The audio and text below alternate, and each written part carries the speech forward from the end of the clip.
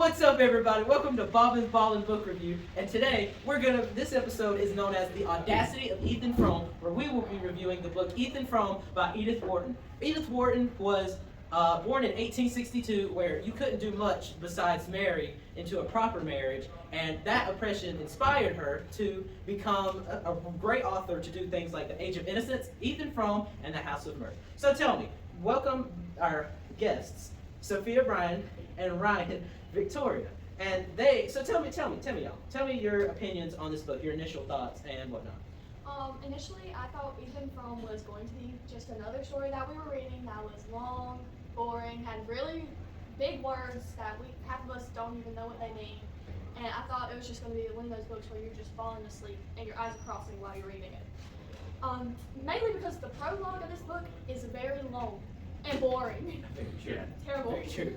So I didn't have much faith in this book being interesting. But as we continued to read the book, I became more into the book. I got more and more into the book, learning about the drama between Ethan, Zena, and Maddie, learning about how Ethan thought he was going to flirt with Maddie and his plans. And it just really escalated a lot more in the end than I thought it initially was going to be like. How about you, Ryan? What's your initial thoughts? At first, I thought that Ethan's character was very intriguing. I thought that the prologue was really long, but after a while, when it talked about how Ethan was, he looked injured and was hobbling around. It made me very interested in finding out what happened to him. So it encouraged the reading. So yeah. I thought it was a very interesting book. Yeah, and also about that, the thing about it was in the prologue, I think it said something about him, it's oh, he's only that much old. He looks like he's already dead now, and stuff like that. And there's oh, it's just not, and then someone hinted oh, it's just not his physical appearance. But yeah, I agree with y'all. I'd say my initial thoughts are about the same. And I really felt bad for the guy. It's just he just seemed really pitiful in a way, I guess, and it just made me sad, to be honest. And let's talk about, how about we talk about the setting of the book itself? The Starkfield itself is this really snowy, depressing town that no one really knows about and no one's ever left it, really. It's that really post-apocalyptic, sad town that you would see. Yeah. And what's your opinions on the setting?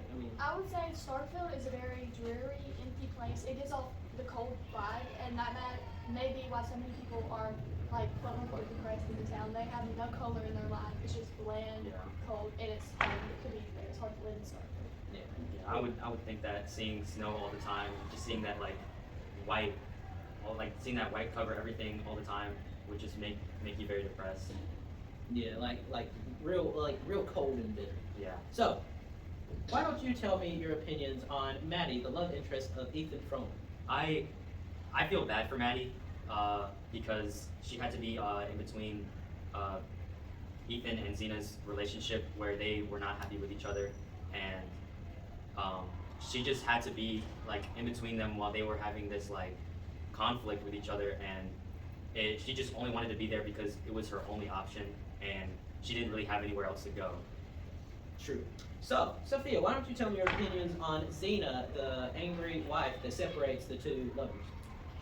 Everybody's favorite character, Zena. I would say that she is quite the character.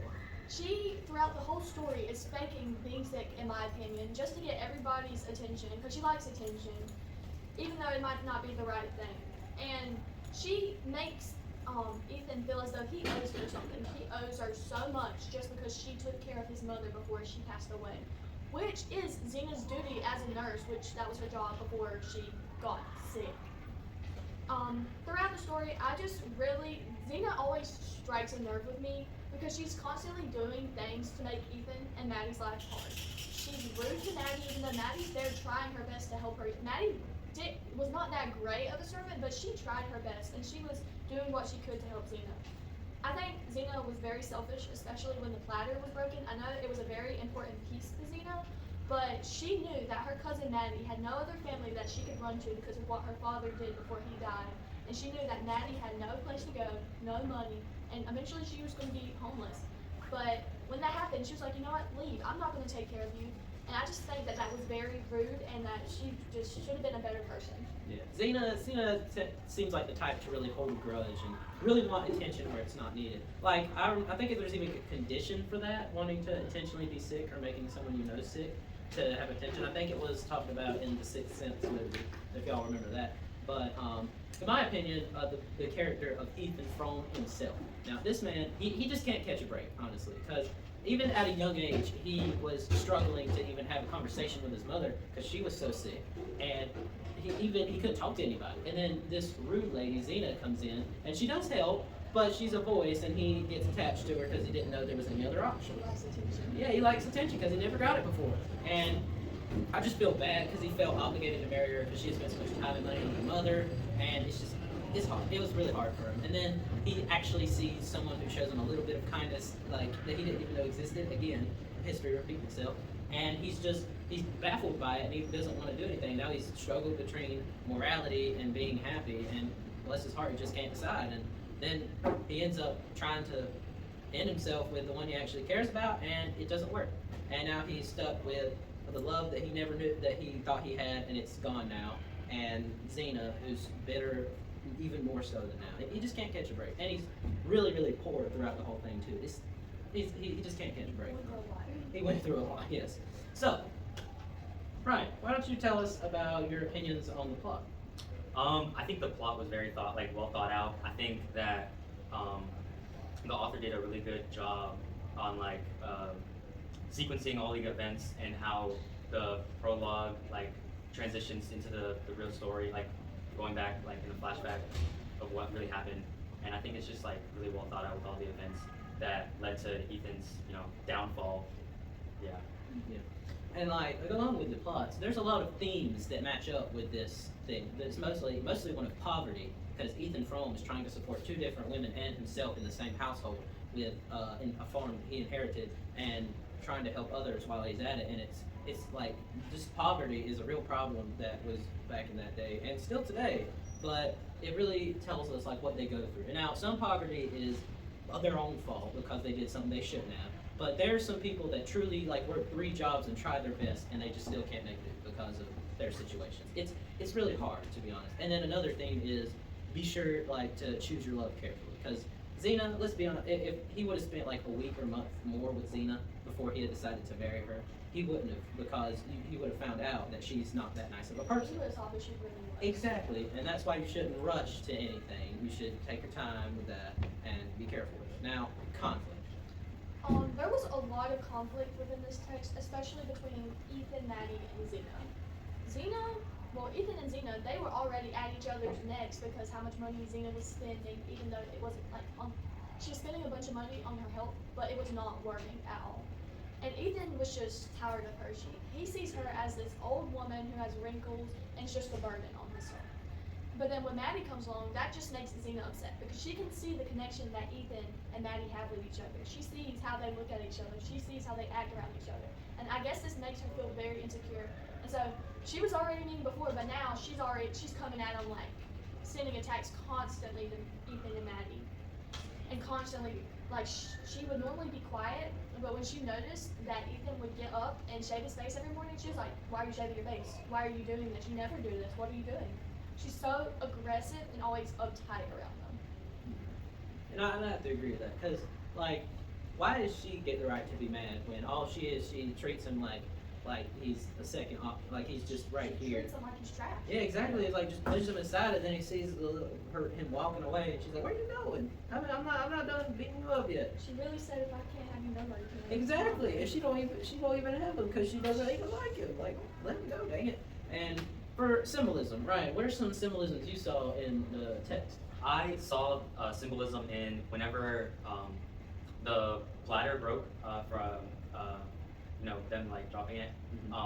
I think that since it was a gift that they got when they got married, I think it represented their love shattering, and the fact that it was red symbolizes that it was the love and stuff like that. That's why I think it's that makes a lot of sense. Mm-hmm. Yeah. That was a nice touch. Yeah. What other ones do you see? I think that The graveyard scene was a The good graveyard scene, show yeah. symbolism. The graveyard scene was very good because it showed that generations and generations of Fromes were constantly stuck in Starkfield in the same poverty-stricken and stuck in the same bitter snow of Starkfield, and they couldn't leave. I thought it was also very ironic that there was a headstone that said Ethan Frome on it, and that's his name, and it was just telling Ethan that he's not going to escape. This is where he's going to die, and this is where he's going to be forever. And bless his heart. I mean, that's pitiful. I mean, Yes, it really is. Bless his heart. And figurative language. What are some figurative languages that you saw? So figurative language is shown throughout the novel, mostly using imagery to create this cold, empty feeling for the reader. Edith Wharton used imagery to paint the cold winter scenery of Starkfield. Another device used in Ethan Frome to help boost the setting or how it felt there to give the reader some sort of feeling about the book was personification. An example of this is when the storms of February had pitched their white cavalry of March winds had charged down to their support. This personification helps to bring out or accentuate how harsh these winters are in Starkfield. It's just really showing how it feels there. So let's all talk about one big thing. This is the big thing. What is the big idea? Every story is meant as a warning or a lesson. So what lesson or warning did y'all pick up from this book in all? Like the main thing that stuck with you and said, I would never do that. What's the one thing that stuck with you? Don't rush your relationship. Yeah, That's true. don't rush. Yeah. Just hold Definitely. up. How about you, Aaron? I think it's more something to do with poverty and the things that it'll make you do Yeah. when you don't have money like that. Yeah, when you're back against the wall, I mean, you'll do anything to keep fighting. This story also really discusses many of real world issues that a lot of people face even nowadays, like poverty, being poor, not being able to do what you want. Like Ethan wanted to run away with Maddie, pursue his dreams, move to the city, but he was so poor he couldn't even afford to travel, to go anywhere. And another struggle we face is being trapped in marriage. Many people face that now. I mean, now of course they can get a divorce, solve it. You can leave on good terms now. But back then, that really was not an option for them. And arranged marriages are still a thing. I know that sounds crazy, but they're still a thing.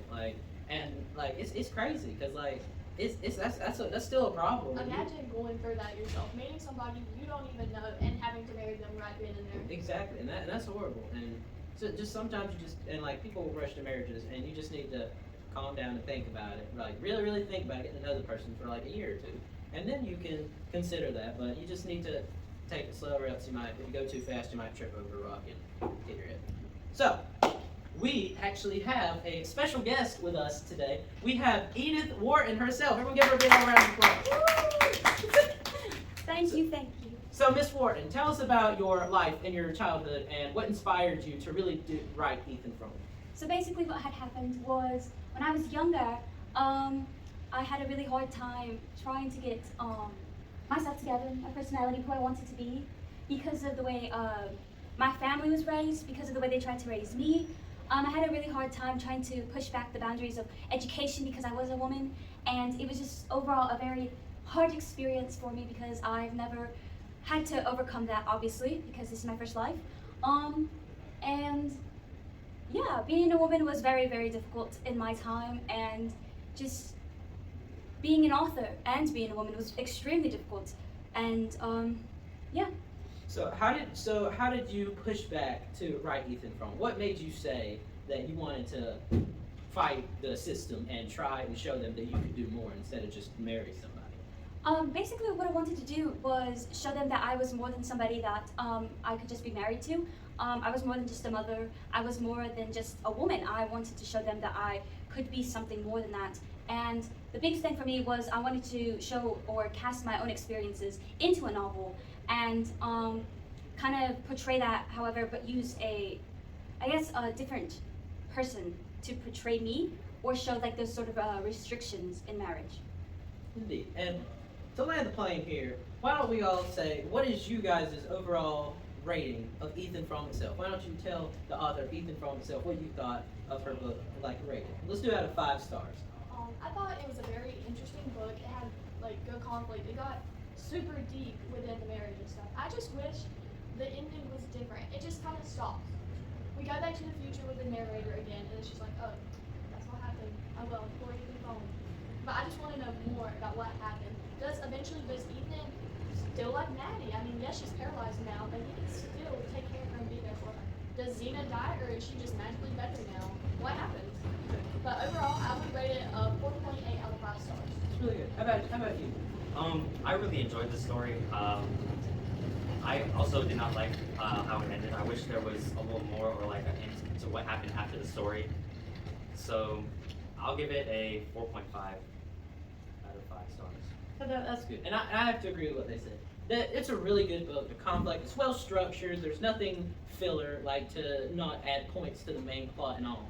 But the ending, I mean, it's incomplete, but it has, like, the ending is a bad ending. And it's rare to see, but the ending is bad because you see that Ethan didn't get a happy ending. He got a bad ending. And sometimes we have to realize that that's how some people's situations are. And that's sad, but it's true. But overall, I give it a solid 4.7 stars out of 5. I would also like to say that was a very good point. Many stories always seem to end with a happy ending, but this story can also teach us that not everything ends happy, all rainbows and butterflies. It's very But it's realistic. very realistic how it was written. It doesn't romanticize anything. It's just playing out to the point. And that's good because some We need the truth. We just need it straightforward. yes, nowadays some media tries to censor stuff, but it's I liked it. It was a really good story, and thank you, Miss Wharton, for coming out and reviewing the book with us and telling us your personal experiences. We very much appreciate it. Thank you guys for having me. Absolutely. And that'll be all for this episode of this podcast, The Audacity of Ethan Frome. Thank you so much for tuning in.